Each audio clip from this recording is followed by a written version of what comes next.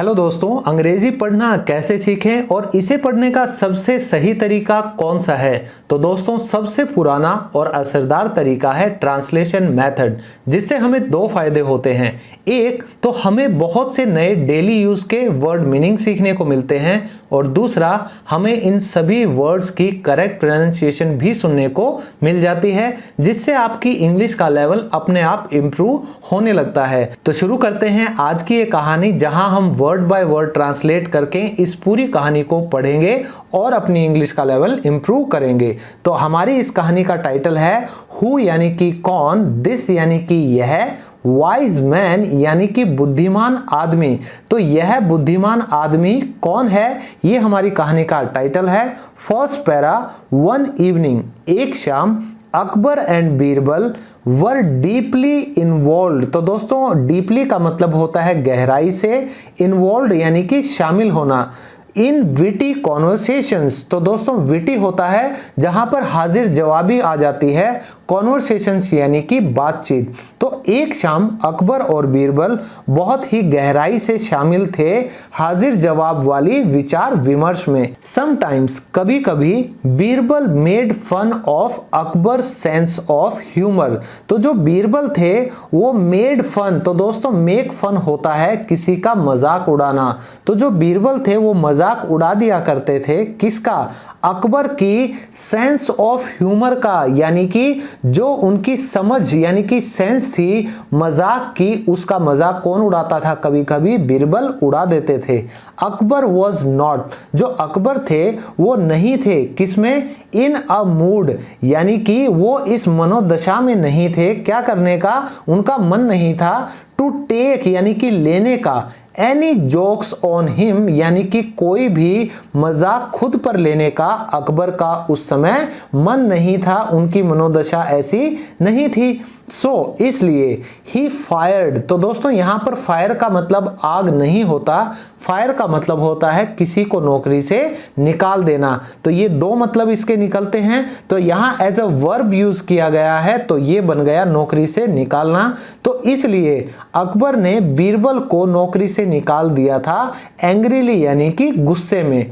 In fact, असल में, he ordered, उन्होंने आदेश दे दिया था, हिम यानी कि बीरबल को, टू वैनिश अवे, वहां से गायब हो जाने का, दफा हो जाने का। कहां से भाई? फ्रॉम आगरा, यानी कि आगरा से। तो अकबर की जो मनोदशा थी वो कोई भी मजाक खुद पर लेने की नहीं थी, इसलिए उन्होंने गुस्से में आकर बीरबल को नौकरी से निकाल दिया था। असल में उन्होंने उसे आदेश दिया था आगरा से गायब हो जाने का। फीलिंग हर्ट, तो फीलिंग का मतलब होता है महसूस होना, हर्ट यानी कि दुखी, या आप इसे चोटिल भी कह सकते हैं। तो बहुत ही दुखी होते हुए बीरबल लेफ्ट, तो बीरबल चले गए थे दैट पैलेस यानी कि उस महल से, विदाउट क्वेश्चनिंग, बिना कोई क्वेश्चनिंग यानी कि सवाल करना, तो बिना कोई सवाल करते हुए, किसको? द पनिशमेंट यानी कि उन्हें जो सजा मिली थी उसे बिना कोई सवाल करते हुए बीरबल चले गए थे उस महल से। कैसे? दुखी होकर। आफ्टर अ फ्यू डेज, तो कुछ दिनों के बाद, अकबर रिग्रेटेड, तो अकबर ने क्या किया? अकबर को पछतावा हुआ था। तो रिग्रेट का मतलब होता है पछताना। तो अकबर को पछतावा हुआ था। हिज हेस्ट डिसीजन, तो दोस्तों डिसीजन होता है फैसला और हेस्ट होता है जल्दबाजी। तो अपने जल्दबाजी के इस फैसले के ऊपर अकबर को पछतावा हुआ था। क्या किया था उन्होंने? ऑफ फायरिंग यानी कि नौकरी से निकालना, हिज फेवरेट मिनिस्टर, अपने पसंदीदा मंत्री को नौकरी से निकालने का ये जो जल्दबाजी में लिया गया फैसला था उस पर अकबर को बहुत पछतावा हुआ था। ही वॉज बैडली, तो जो अकबर थे वो बहुत जोर से, बहुत बुरी तरीके से क्या कर रहे थे? मिसिंग हिम, यानी कि जो बीरबल था उसे मिस कर रहे थे, यानी उसे याद कर रहे थे। सो इसलिए ही सेंट, उन्होंने भेज दिया था, किसे? हिज सर्वेंट्स यानी कि अपने नौकरों को क्या करने के लिए? टू सर्च फॉर यानी कि ढूंढने के लिए, खोजने के लिए, किसे? बीरबल को। तो दोस्तों बहुत जोर से वो याद कर रहे थे बीरबल को, इसलिए उन्होंने अपने नौकरों को बीरबल को खोजने के लिए भेज दिया था। While Birbal was leaving the kingdom, तो जिस समय बीरबल जो थे वो लीव कर रहे थे यानी कि छोड़कर जा रहे थे द किंगडम यानी कि उस साम्राज्य को, ही मेड श्योर, तो उन्होंने ये सुनिश्चित कर लिया था, उन्होंने ये पक्का कर लिया था क्या, दैट कि नोबडी न्यू, कि कोई भी नहीं जानता था, वेयर ही वॉज गोइंग, कि वो कहां जा रहे थे।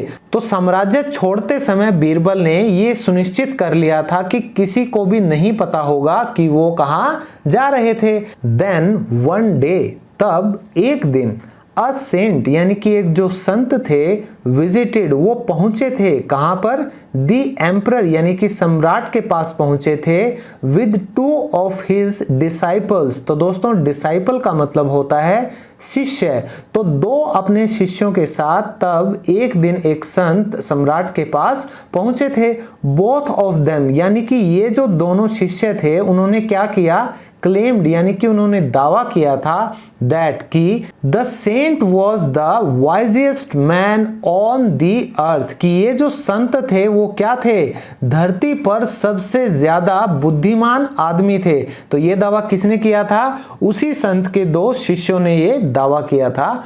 सो इसलिए अकबर थॉट दैट, अकबर ने क्या सोचा कि इट वुड बी बेटर, कि ये बेहतर होगा कि इफ, अगर ही अपॉइंटेड, वह नियुक्त कर लेते द सेंट यानी कि इस संत को एज हिज नेक्स्ट मिनिस्टर, कि अपना अगला मंत्री वो इस संत को नियुक्त कर लें तो ये अच्छा होगा। ये किसने सोचा, अकबर ने सोचा।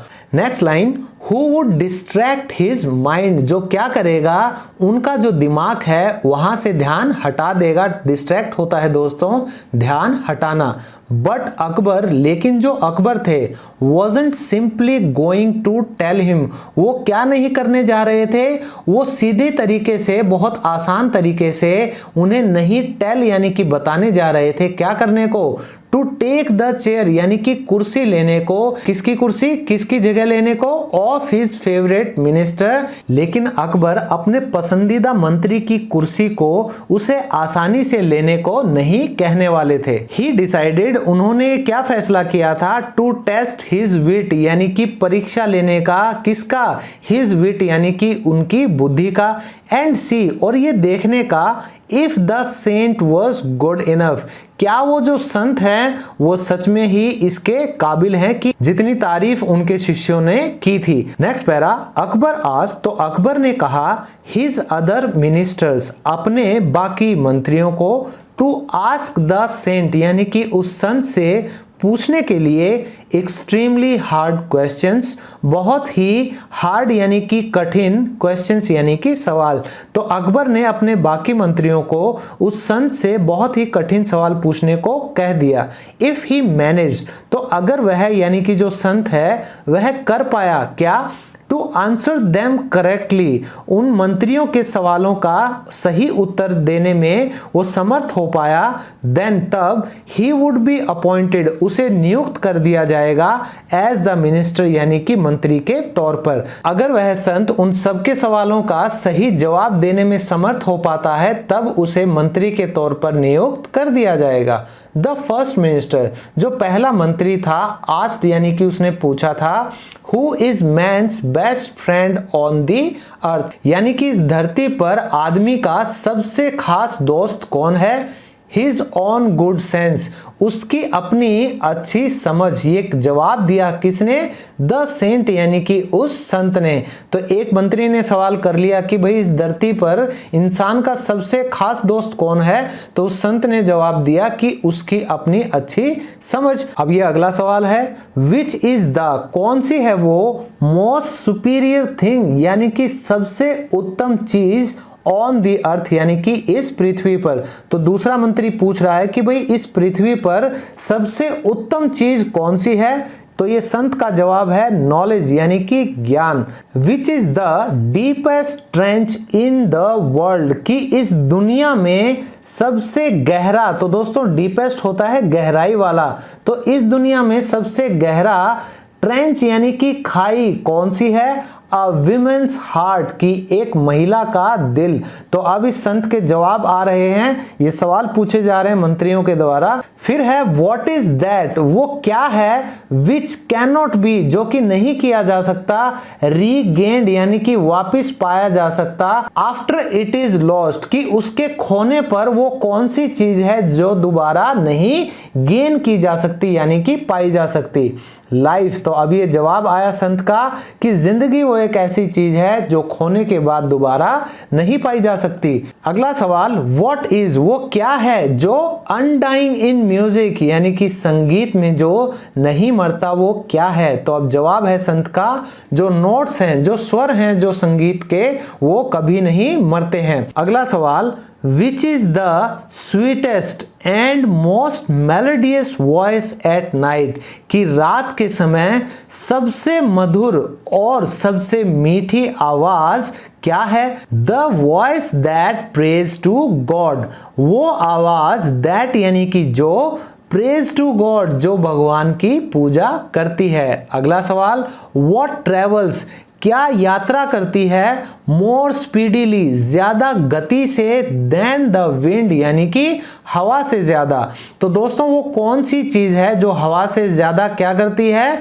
यात्रा करती है तेज गति से। मैन्स थॉट यानी कि आदमी का जो थॉट है, जो विचार है उसका, वो हवा से भी ज्यादा तेज गति से यात्रा करता है। अगला सवाल, which is the sweetest thing on the earth, की इस पृथ्वी पर सबसे प्यारी सबसे मीठी चीज कौन सी है? अ बेबी स्माइल यानी कि एक बच्चे की जो मुस्कान है वो सबसे मीठी चीज है धरती पर। नेक्स्ट पैरा, दिस वे, तो इस तरीके से द सेज, ये जो संत थे, वॉज आस्क्ड, उनसे पूछे गए थे, मैनी क्वेश्चंस यानी कि बहुत से सवाल, एंड और ही आंसर्ड, उन्होंने उत्तर दिया था, ईच क्वेश्चन यानी कि हर सवाल का, विद परफेक्शंस यानी कि बहुत ही सटीकता से, बहुत ही सही तरीके से। ऑल मिनिस्टर्स, तो सभी के सभी जो मंत्री थे, as well as the emperor, और जो सम्राट भी थे, वर वेरी इम्प्रेस्ड, वो बहुत क्या थे? इम्प्रेस यानी कि वो प्रभावित थे, बाय द सेंट यानी कि इस संत के द्वारा।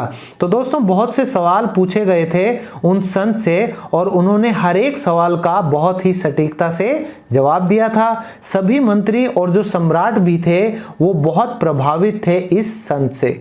देन दी अकबर, तब अकबर ने क्या किया? हिमसेल्फ थॉट, उन्होंने खुद ही सोचा, ऑफ पुटिंग यानी कि रखने का, इवन हार्डर क्वेश्चंस, और भी ज्यादा क्या? कठिन सवाल, टू हिम यानी कि उन संत से। तो तब अकबर ने खुद ही सोचा उन संत से और भी ज्यादा कठिन सवाल पूछने का। इसलिए ही आस्क्ड, उन्होंने पूछा था, What are, कि क्या हैं, द नेसेसरी रिक्वायरमेंट्स यानी कि वो जरूरी आवश्यकताएं, फॉर रूलिंग अ किंगडम यानी कि एक साम्राज्य पर राज करने के लिए, चलाने के लिए वो कौन सी जरूरी आवश्यकताएं हैं? द सेंट आंसर्ड, तो अब इस संत ने क्या उत्तर दिया? क्लेवरनेस यानी कि चतुराई। Another question came, एक और सवाल आया, What is the gravest enemy of a king, यानी कि एक राजा का ग्रेवेस्ट यानी कि सबसे बुरा, एनिमी यानी कि दुश्मन कौन सा है? सेल्फिशनेस यानी कि स्वार्थीपन, सेड द सेंट, ये उस संत ने जवाब दिया। तो अकबर ने जब खुद सोचा कि मैं और ज्यादा मुश्किल सवाल इस संत से करता हूं, तो उन्होंने पहला सवाल पूछा कि वो कौन सी जरूरी आवश्यकताएं हैं एक साम्राज्य को चलाने के लिए, तब उस संत का जवाब था कि चतुराई। और जब दूसरा सवाल उन्होंने पूछा कि एक राजा का सबसे बुरा दुश्मन कौन सा है, तो उस संत का जवाब था कि स्वार्थीपन। लास्टली अंत में दी एम्परर आस्क्ड द सेंट, तो ये जो सम्राट है उन्होंने उस संत से पूछा, if he could perform any miracles, कि अगर वह कर सकें क्या कोई चमत्कार। द सेंट रिप्लाइड दैट, तो अब उस संत ने उत्तर दिया कि ही कुड समवन, कि वह बुला सकते हैं, द पर्सन यानी कि उस इंसान को, emperor Akbar wanted to meet desperately, जिससे सम्राट अकबर जो थे वो वांटेड टू मीट यानी कि मिलना चाहते थे, डेस्परेटली यानी कि बहुत ही बेकरारी से।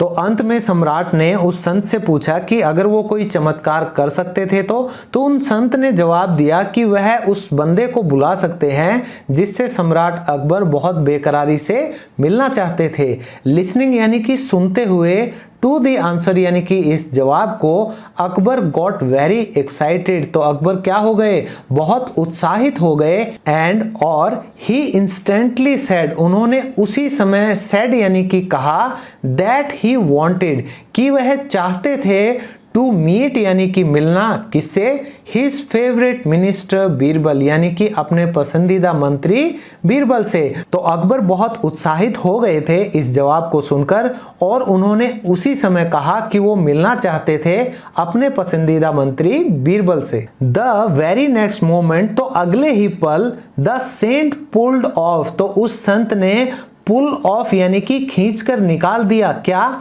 हिज फेक बियर्ड यानी कि अपनी नकली दाढ़ी एंड विग, और जो बालों की विग थी वो उस संत ने अगले ही पल खींचकर निकाल दिया। एवरीवन वाज सरप्राइज, तो हर कोई चकित था। And Akbar could not help laughing, और अकबर नहीं कर सके, क्या, यानी कि खुद को हंसने से नहीं रोक सके अकबर।